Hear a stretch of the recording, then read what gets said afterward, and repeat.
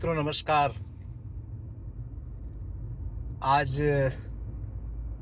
फिर एक ऐसी समस्या आई सामने कि उसी समस्या को केंद्र में रखकर कुछ कहना चाहता हूँ। ये मैंने अनुभव किया है कि जब भी आपको परेशानी हो, दुख हो, तो उसे निजी स्तर पर नहीं रखना चाहिए। उसे एक व्यापक रूप देना चाहिए। जब आप उसे व्यापक रूप देते हैं तो सघनता, दुख की सघनता विरलता में बदलती है और उसके सहने की क्षमता बढ़ जाती है। जीवन में ऐसे क्षण आते हैं जब हम चुपचाप किसी तकलीफ को सहते हैं और फिर ज़्यादा परेशान होते हैं, ज़्यादा दुख उठाते हैं। कभी-कभी और भी बुरी मन में बातें आती हैं, तो वो सारी चीज़ें आपको तकलीफ देती हैं। एक बहुत पुराना सिगमंड फ्रायड नामक एक मनोवैज्ञानिक था। उसने सामान्य व्यक्ति के मन को 3 भागों में बाँटा था।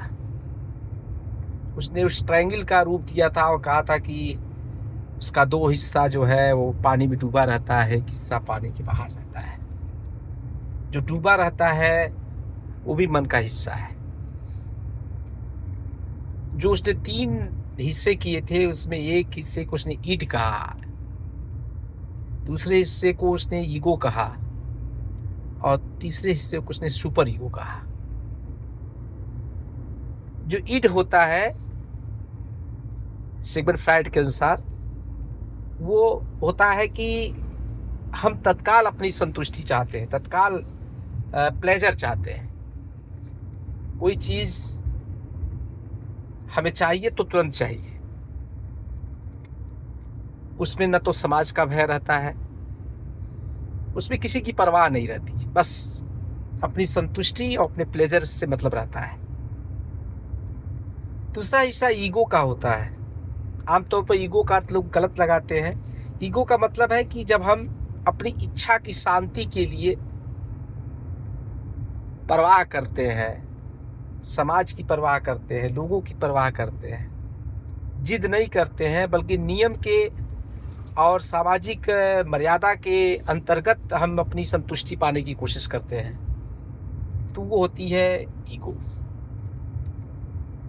सामान्य तौर पर ये संस्कारों से आता है, हमारे पेरेंट्स से आता है, हमारे समाज, जिस समाज में हम रहते हैं उस समाज से आता है। और उसके बाद का जो हिस्सा है वो है सुपर ईगो। सुपर ईगो बहुत रेयर लोग उस तक पहुंचते हैं, जो ये मानते हैं कि जो गलती हो रही है, जो समस्याएं आती हैं, उसके लिए स्वयं को जिम्मेदार मानते हैं।